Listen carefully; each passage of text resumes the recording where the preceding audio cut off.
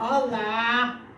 Façamos hoje a leitura do capítulo 18 do livro de 1 Samuel, da Bíblia Sagrada.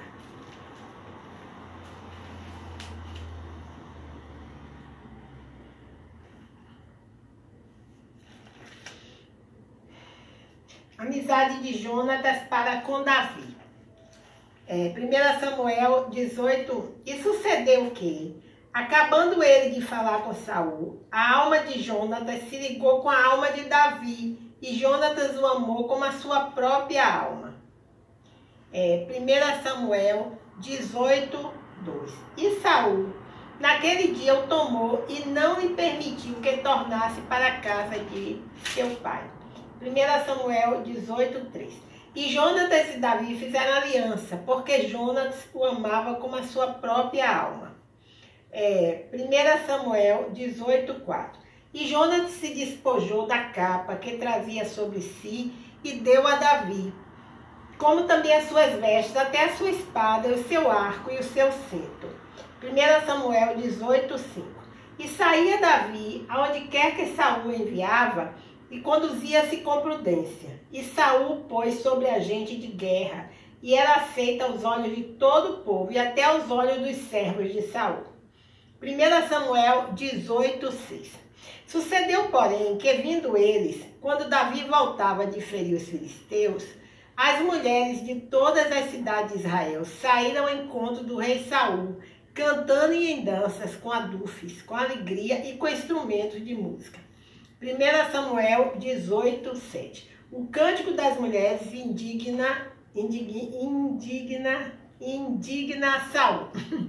1 Samuel 18, 7.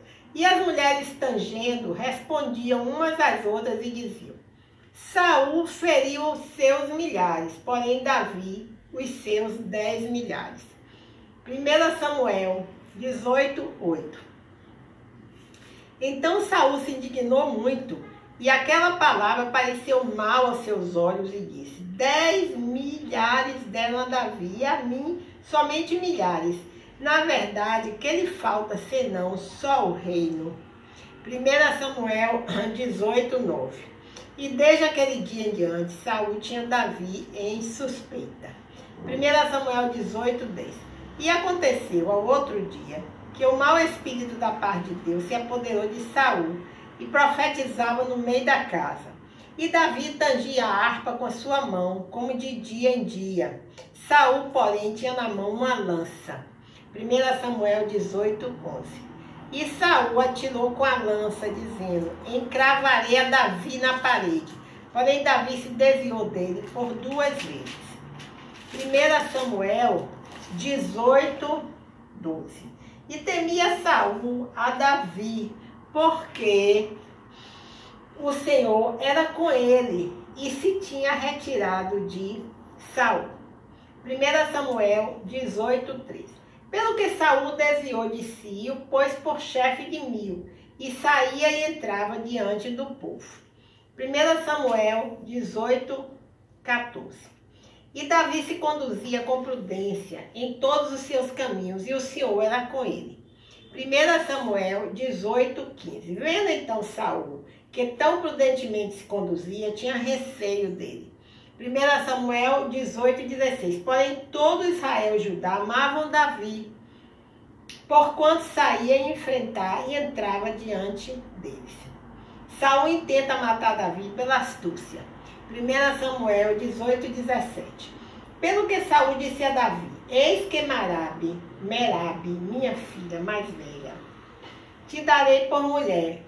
Sê-me somente filho valoroso e guerreia as guerras do Senhor.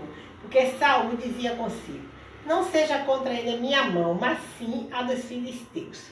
1 Samuel 18, 18. Mas Davi disse a Saul: quem sou eu e qual é a minha vida e a família de meu pai em Israel, para vir a ser genro do rei?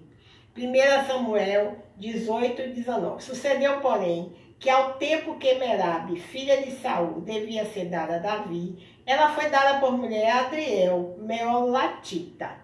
Mical, a filha de Saul, ama a Davi e casa com ele. 1 Samuel 18, 20. Mas Mical, a outra filha de Saul, amava Davi, o que, sendo anunciado a Saul, pareceu isso bom aos seus olhos. 1 Samuel 18, 21. E Saul disse: eu lhe a darei para que ele sirva de laço e para que a mão dos filisteus venha a ser contra ele. Pelo que Saul disse a Davi: com a outra serás hoje meu genro. 1 Samuel 18, 22. E Saul deu ordem aos seus servos: falai em segredo a Davi, dizendo: eis que o rei está muito afeiçoado, e todos os seus servos te amam. Agora, pois, consente em ser genro do rei. 1 Samuel 18, 23. E os servos de Saul falaram todas essas palavras aos ouvidos de Davi. Então disse Davi: parece-vos pouco aos vossos olhos ser genro do rei, sendo eu homem pobre e desprezível? 1 Samuel 18, 24. E os servos de Saul lhe anunciaram isso, dizendo: foram tais as palavras que falou Davi. 1 Samuel 18, 25. Então disse Saul: assim direis a Davi: o rei não tem necessidade de dote, senão de 100 prepúcios de filisteus, para se tomar vingança dos inimigos do rei. Porquanto Saul tentava fazer a cair a Davi pela mão dos filisteus. 1 Samuel 18, 26. E anunciaram os seus servos essas palavras a Davi. E esse negócio pareceu bom aos olhos de Davi, de que fosse genro do rei, porém ainda os dias se não havia cumprido. 1 Samuel 18, 27.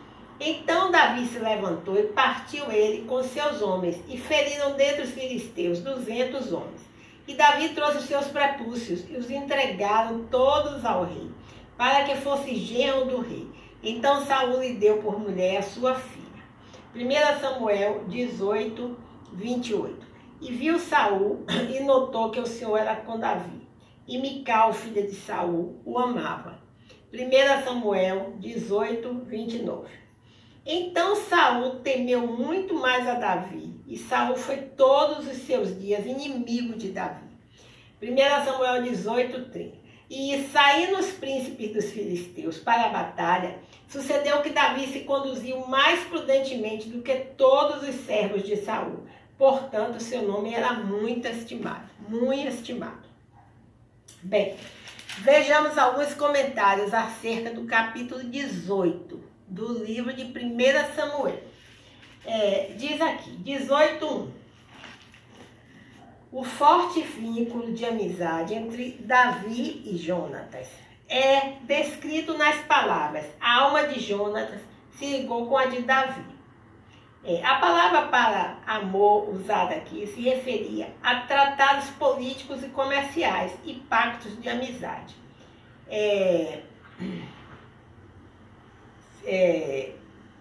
Certo, eles assim, se referiam a pactos de amizade que uniam as duas partes em lealdade e em responsabilidades recíprocas.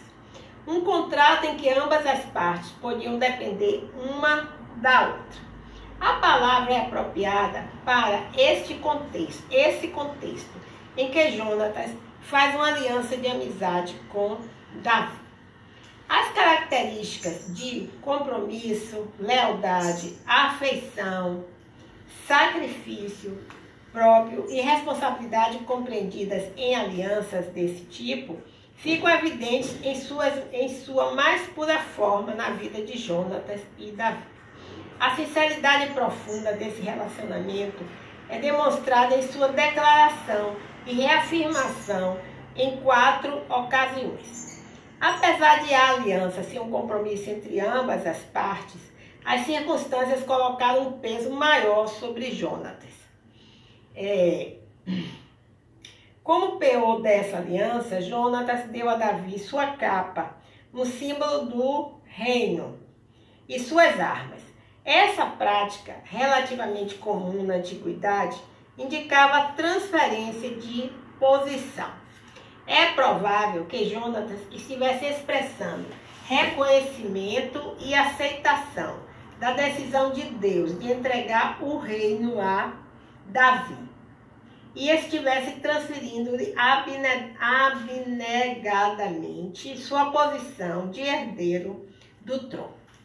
Há um comentário aqui com relação ao capítulo 18, em relação ao versículo 5. Diz assim: esta declaração resumida, porém importante, foi feita, evidentemente, depois que o exército voltou para casa, vindo do campo de batalha onde Davi matou Golias.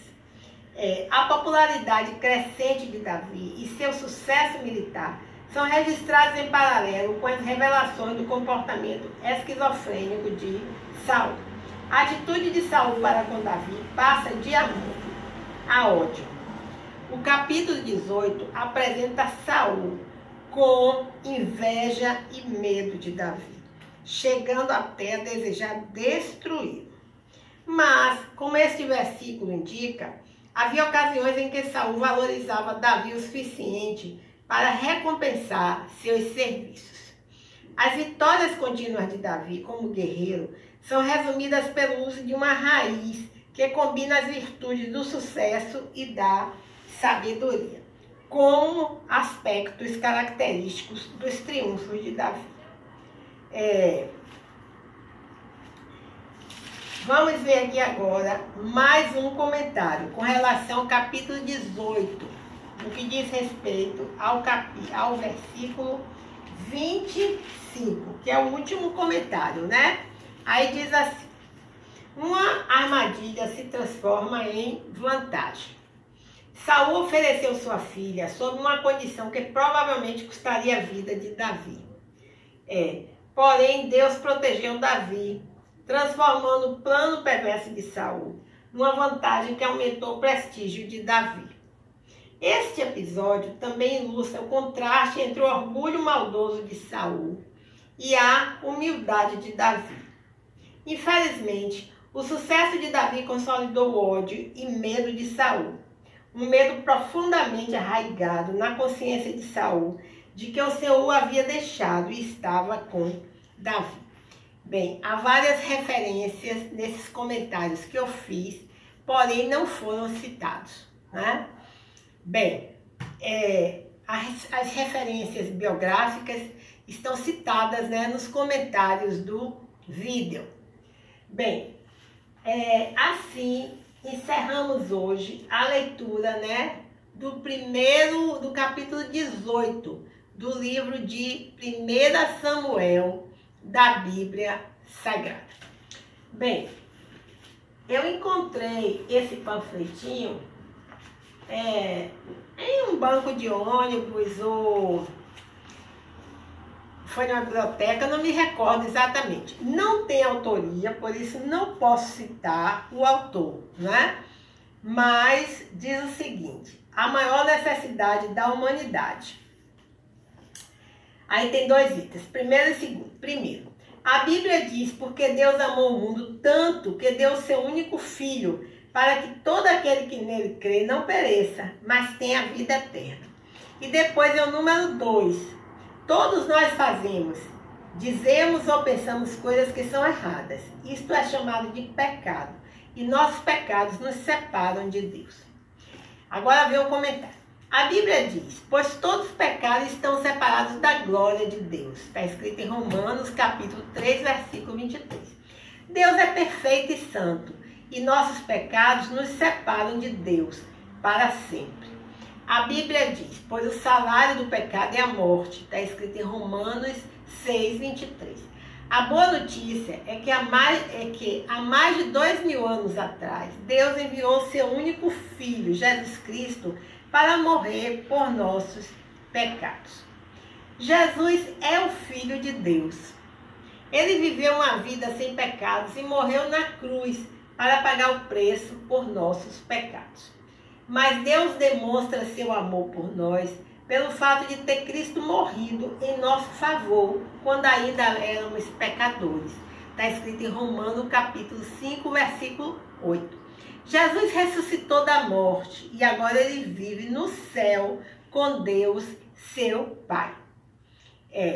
Ele nos oferece o presente da vida eterna, de viver eternamente com Ele no céu, se aceitarmos Ele como nosso Senhor e Salvador.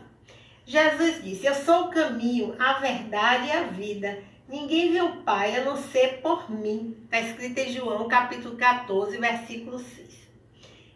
Jesus disse: Deus te ama e deseja que você seja seu filho. Contudo, aos que o receberam, aos que creram em seu nome, deu-lhes o direito de se tornarem filhos de Deus. Está escrito em João capítulo 1, versículo 12. Você pode escolher e pedir para que Jesus Cristo perdoe seus pecados e entre na sua vida como Senhor e Salvador. Então, agora ao final é uma oração de apelo, né? Diz assim: se você deseja aceitar Cristo, você pode pedir para Ele ser seu Salvador e Senhor, confessando pela fé com esta oração.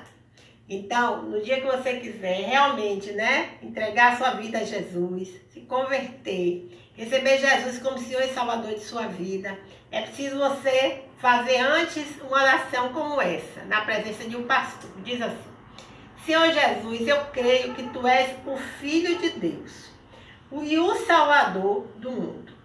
Obrigado por vir à terra e morrer para que eu pudesse ter a vida eterna. Por favor, perdoe todos os meus pecados. Agora eu quero te seguir e te servir com minha vida.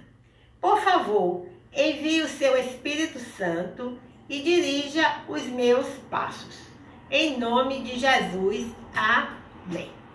Bem, então, o meu nome é Lúcia Marques e o meu canal, A Leitura da Bíblia. Até o próximo encontro, se o seu Deus assim o permitir.